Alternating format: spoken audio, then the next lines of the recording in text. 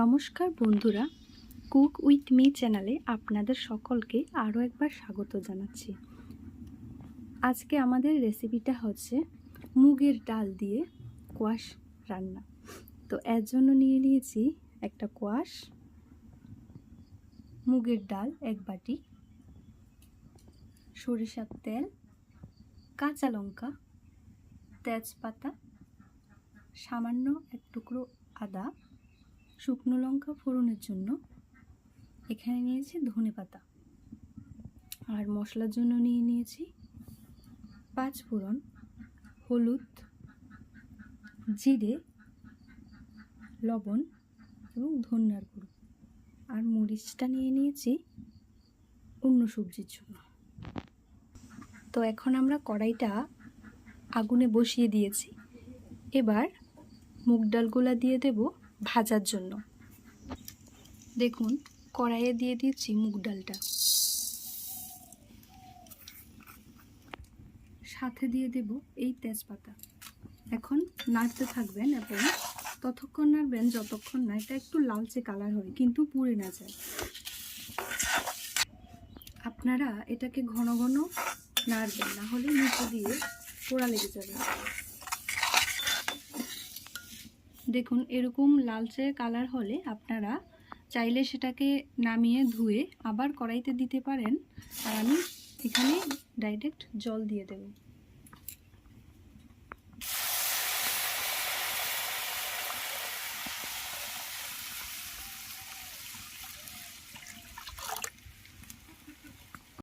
এখন এখানে দিয়ে দেব স্বাদ মতো নুন।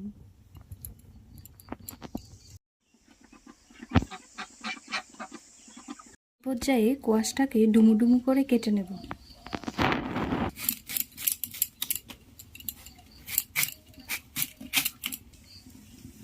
দেখুন, এরকম ডুমু ডুমু সাইজের কেটে নেন।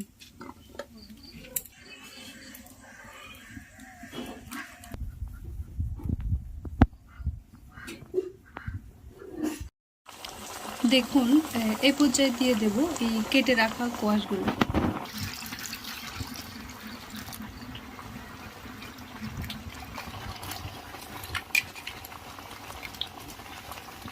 দিয়ে দেব কাঁচা লঙ্কা।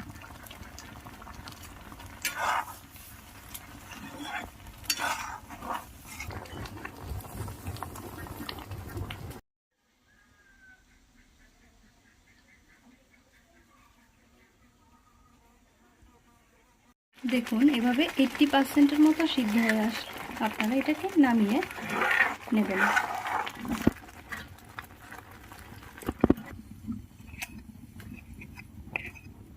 দিয়ে দেব শুকনো লঙ্কা,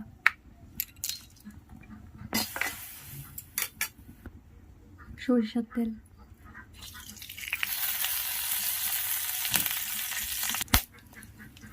পাঁচ ফোড়ন,